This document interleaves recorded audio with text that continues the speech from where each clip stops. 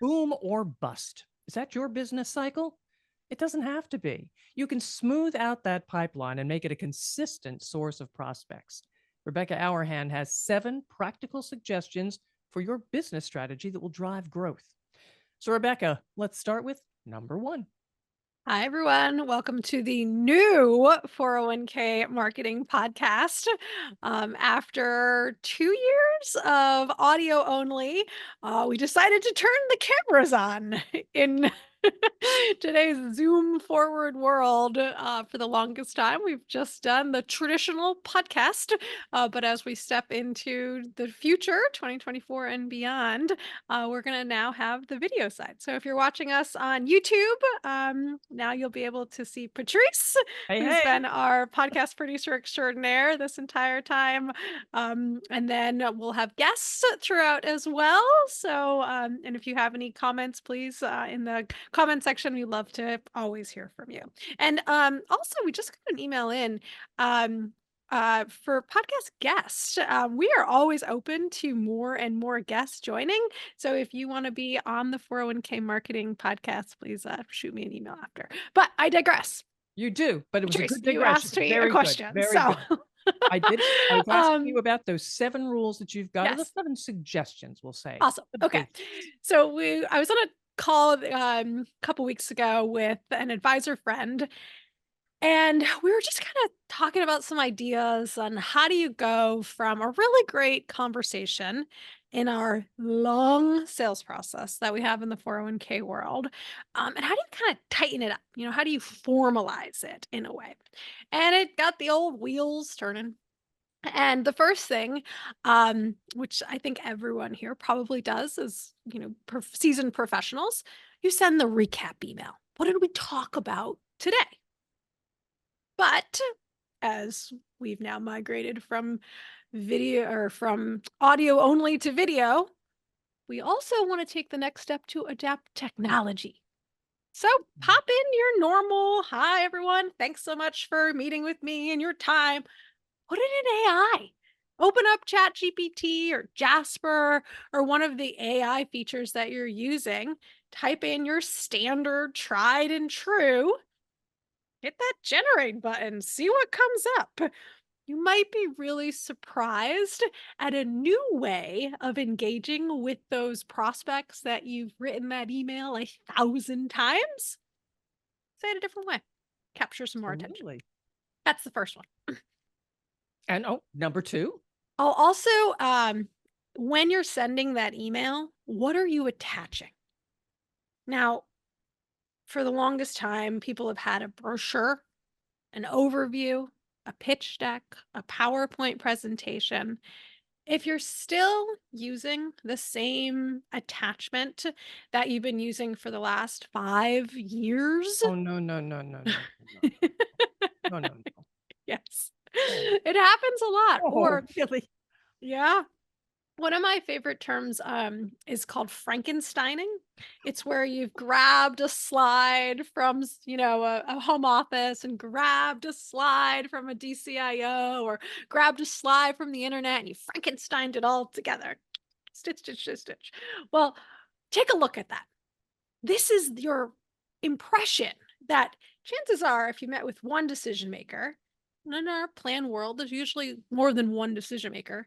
You know what they're going to do with that email? They're going to forward it to their Mhm. coworker who's also part of that decision making crew.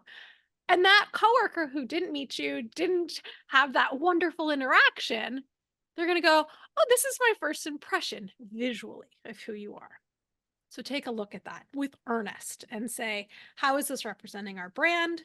Is it on point? Does it meet the visual expectations of today? Things have changed in at least 5 years. Come Oh my on. God. The visual So much. expectations are so much greater. Yeah. Design used to always be a nice to have. And now I think it's just table stakes. You have to have good design, which makes me really happy because I personally love good design and I appreciate it. And it, makes me smile, which is probably why we do what we do. Um, but, it's just so important in today's overly visual world. Okay? Mhm. Keep on going, girl. Okay. The next is if there was a discussion of a next meeting, proactively send that calendar invite. Just proactively send it out there. Where is it? Is it over video like today? Is it in person? And then any other details around it inside of that calendar invitation. If you have an agenda to go over, include it as well as an attachment. Um, I love to talk to friends that are outside of our business world as well, because I get other experiences. And I was meeting with one of my buddies who's a CEO of a company, and he said, I will not accept a meeting invite unless it has an agenda. I was like, why? He Ah, goes, I'm running so fast and so furious that I need to be able to just grab my phone, check, check, check, and then I can walk in. And he goes, "Unless I have that," he goes, "It's not I can't waste my energy trying to remember or pull information or send out a quick like, 'Hey, what's this about?'" Like, He goes, "We just run so fast and so and he has a super successful, very fast growing business, and he says, "If they have an agenda, I'm good." It doesn't have an agenda, and his entire company knows this, by the way. So if they want time with him, they have to have something prepared. And so I share that today with everyone who's watching because it's the same concept. What is going to be discussed in the meeting? Have an agenda. So send that recap with the calendar invite and include this is what we're going to be the action items for the conversation. and I appreciate that myself. How many meetings have you gone into and they just ramble? There is no structure to them. It's a waste of time. Yeah. And no one today, it feels like calendars are already, such so busting at the seams.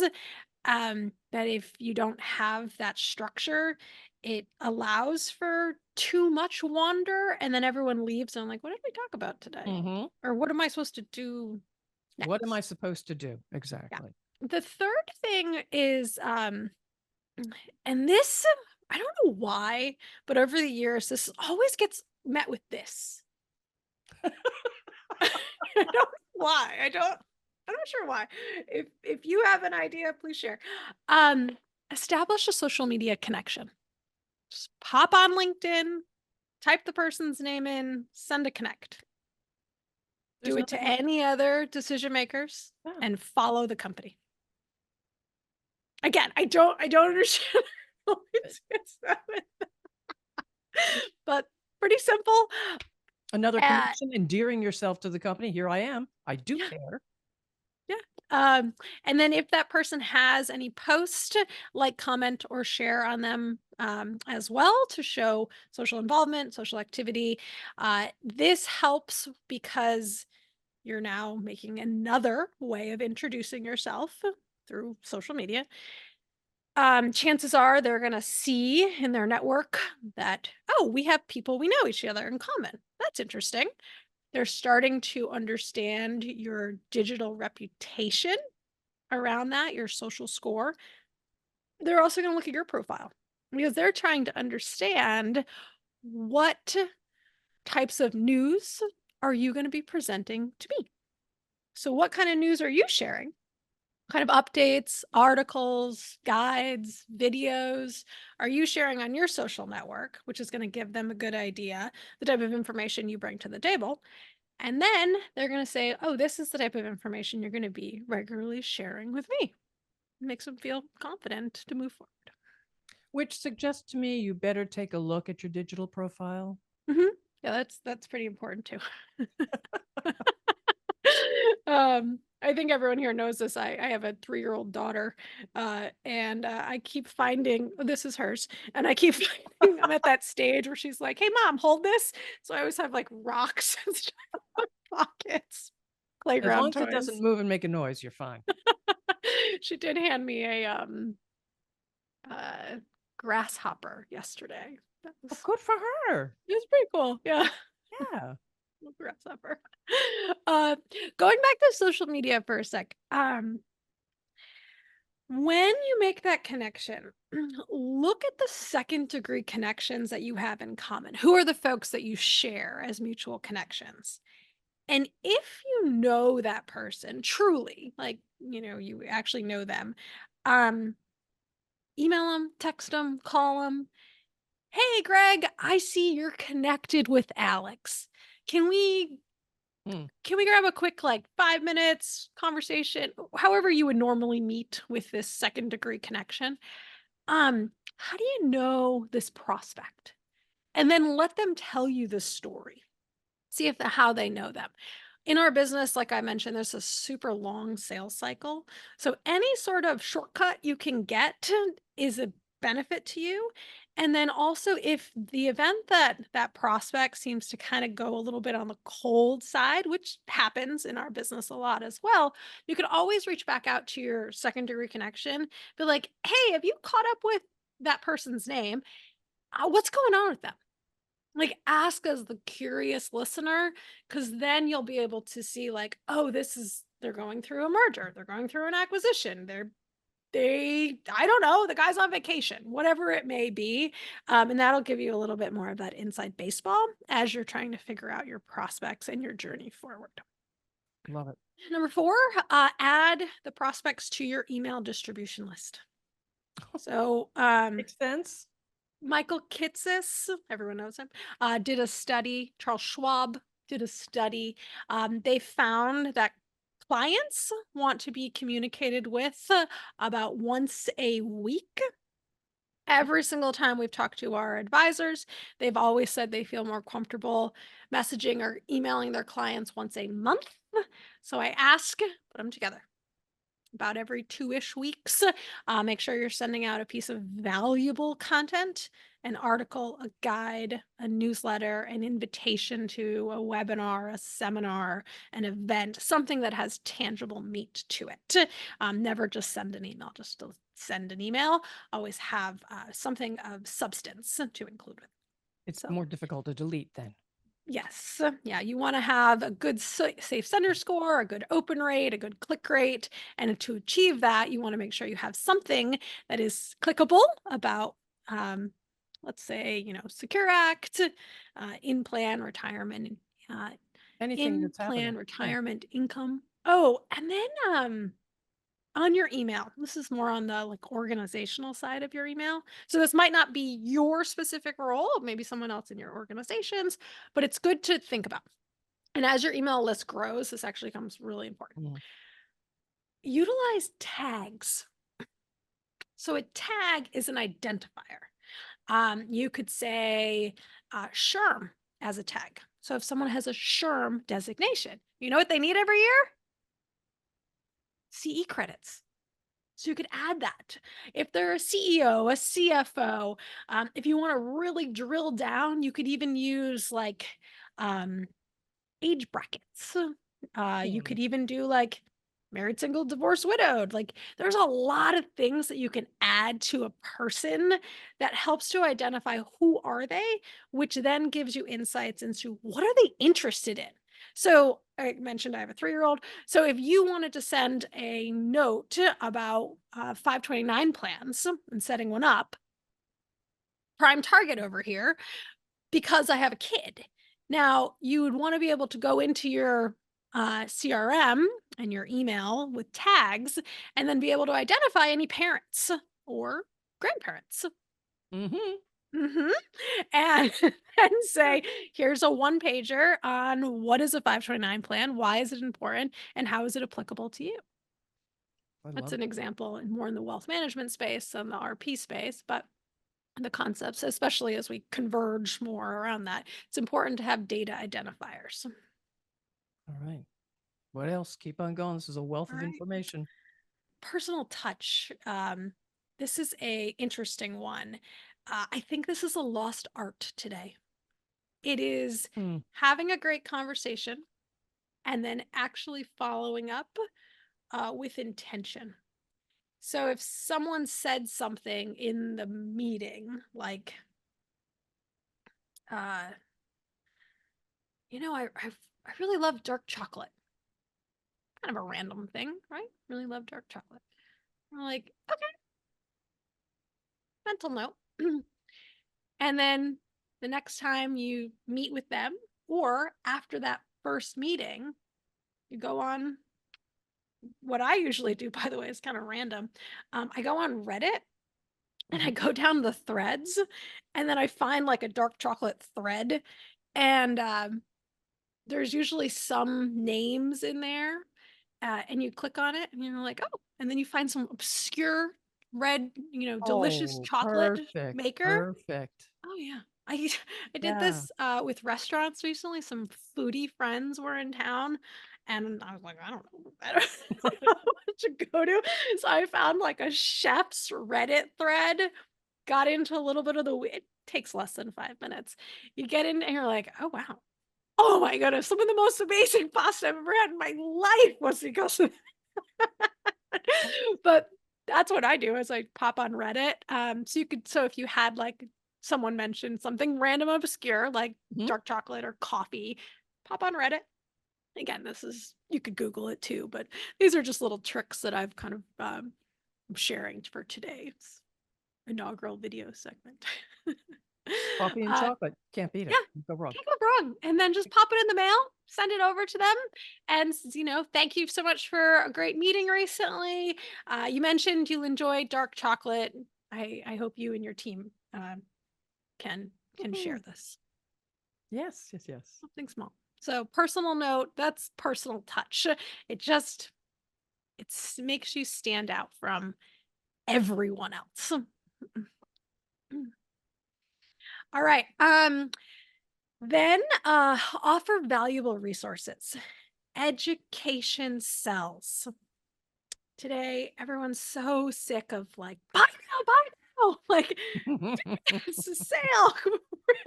Like, 30% off. Education. Teach people what to do. Your reputation will become stronger. Your local community outreach will become deeper. You will become that go-to expert that's top of mind when anyone thinks 401k plan, retirement plan, financial wellness. It's you. You will become that person if you educate your audience.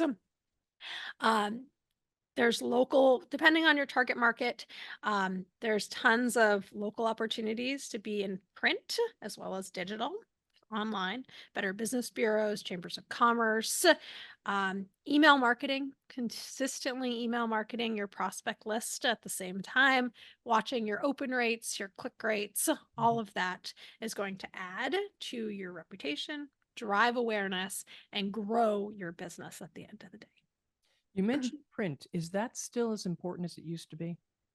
It's not as important as it used to be, um, but for some reason with print, they stay around. Like, no one throws some people throw stuff out, but a lot of times, like, magazines, like, Mhm. they stay. Like, you just don't know what to do with them, so you still have them, and then you kind of flip through them, and eventually they make their way into the recycle bin. Um, but It's a I'll good point, share though. that, today in our country, 52% of business owners are baby boomers. 52% of business owners in our country today are baby boomers. Mm. And you know what they like? Print. Print. They like print. Yeah. So we haven't tipped the scales yet in terms of a fully digital society. So keep that in mind. And then also, if it's printed, it's going to be on your phone too. So you have the option of both. It's a good point. Yeah, but we're still in this like weird transition time. Probably going to take the next decade, 15 years, before we really see baby boomers embracing retirement and taking on that next step. And then Gen X are probably more millennial, just based on the numbers of the population, will end up taking over a lot of those small businesses and more leadership positions as well. Okay. Interesting demographics going on right now. And then the last piece of conversation for today, ask for feedback and referrals.